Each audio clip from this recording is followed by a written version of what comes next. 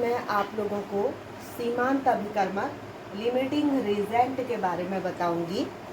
सीमांत अभिकर्मक, सीमांत limiting अभिकर्मक reagent. तो सबसे पहले आप लोगों को बताना है कि अभिकारक को रिएक्टेंट कहते हैं, उत्पाद को प्रोडक्ट कहते हैं और जो अभिकर्मक होते हैं उनको रिएजेंट कहते हैं। ये पूर्व कक्षाओं में आप लोगों ने पढ़ा भी है। सीमांत अभिकर्मक वह अभिकारक पदार्थ है जिसका रासायनिक अभिक्रिया में पूर्ण रूप से उपभोग होता है तथा जिसकी मात्रा बने उत्पाद की मात्रा को सीमांकित करती है।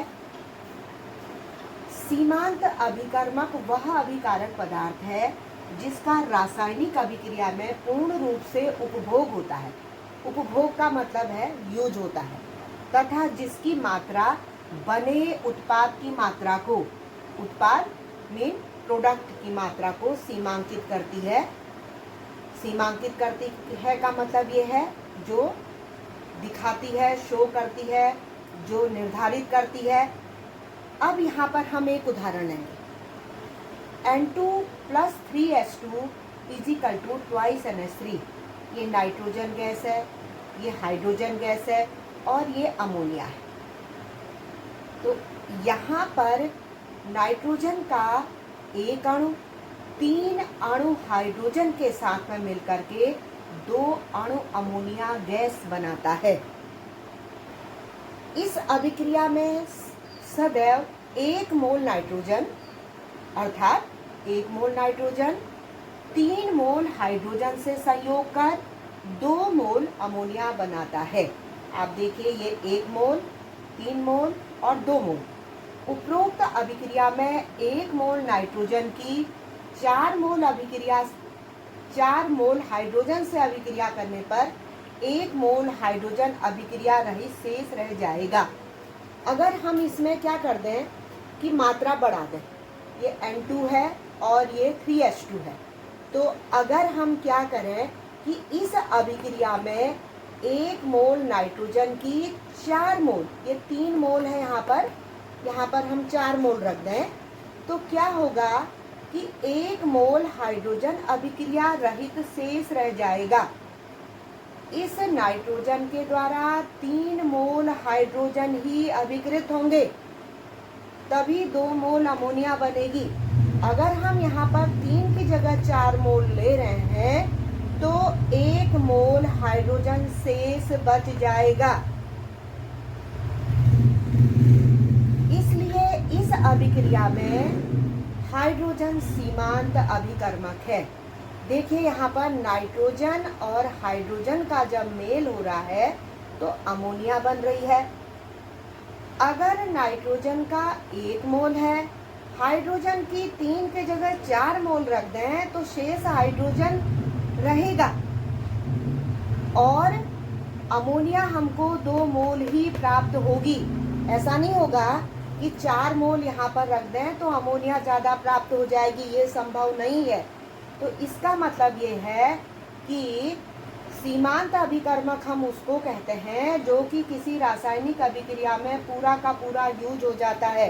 तो इस अभिक्रिया में हमको ये पता चला कि जो उत्पाद की मात्रा है अमोनिया, वो अभिकर्मक पर निर्भर करती है।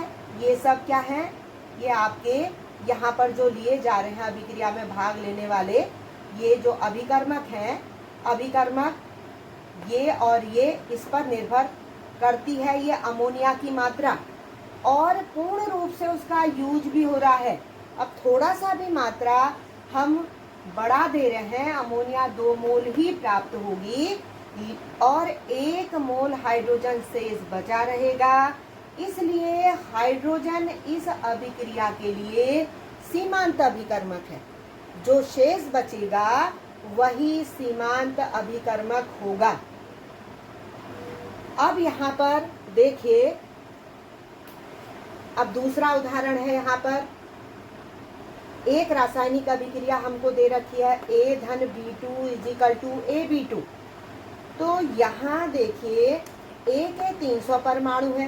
पहला सवाल हमको इसमें दे रखा, ये रासायनिक अभिक्रिया हमको दे रखी है, ये दे रखी है।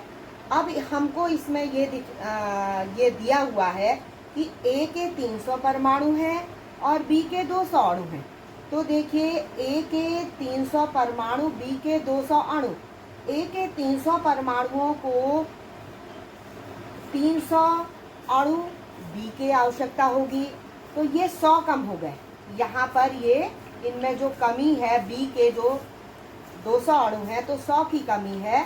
तो इसका मतलब ये है कि B पूरा का पूरा A के साथ यूज हो जा रहा है और A के यहाँ पर 100 बचे हुए रहते हैं। ये 100 कम है और ये 100 बचे हुए रहते हैं।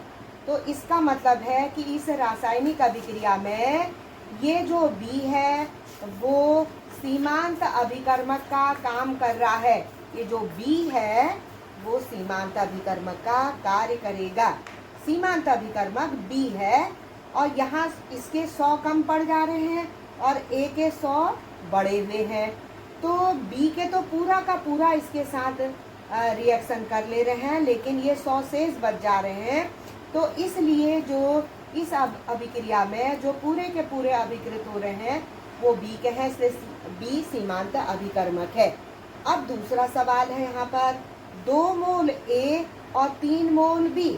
तो 2 मोल A 2 मोल B के साथ ही रासायनिक अभिक्रिया करेगा। इस रासायनिक अभिक्रिया में इसके 1 मोल अधिक है। 2 मोल A 3 मोल B। तो ये 2 मोल A 2 मोल B के साथ ही रासायनिक अभिक्रिया करेगा, 1 मोल बचा हुआ रहेगा। इसलिए इस रासायनिक अभिक्रिया के लिए A सीमांत अभिकर्मक है, जो पूरा का पूरा अभिकृत हो रहा है, शेष नहीं बच रहा, पूरा का पूरा रासायनिक अभिक्रिया में यूज हो जा रहा है। अब तीसरा है इसी सवाल का तीसरा भाग, A के 100 परमाणु B के 100 अणु के साथ रिएक्शन कर रहे हैं। तो इसमें हमें सीमांत अभिकर्मक बताना है। A के 100 परमाणु B के 100 अणु। तो देखिए बराबर बराबर संख्या है 100। तो यहाँ पर 100 परमाणु B के 100 अणु के साथ पूरा का पूरा अभिकृत हो रहे हैं, कुछ भी शेष नहीं बच रहा है। तो इसमें सीमांत अभिकर्मक नहीं होगा। इस वाले विकल्प में सीमांत अभिकर्मक कोई भी नहीं होगा, न A होगा न B होगा। अब अगला है चौथा विकल्प, A के 5 मोल B के 2.5 मोल के साथ। तो A के 5 मोल है, B के 2.5 मोल। अगर रासायनिक अभिक्रिया सही तरीके से संपन्न होनी है तो इसके भी 2.5 मोल हमें B के 2.5 मोल के साथ चाहिए, लेकिन यहाँ पर 2.5 मोल कम है, ज़्यादा है। तो ये 2.5 मोल यहाँ पर ज़्यादा है। तो क्या मतलब हुआ यहाँ पर कि ये जो B के 2.5 मोल पूरे के पूरे अभिकृत हो जाएंगे। इसलिए जो B है यहाँ पर B सीमांत अभिकर्मक है। अब अगला विकल्प है A के 2.5 मोल B के 5 मोल। यहाँ पर A तो 2.5 है, लेकिन B के इससे ये जो मात्रा है इससे 2.5 मोल ज़्यादा है।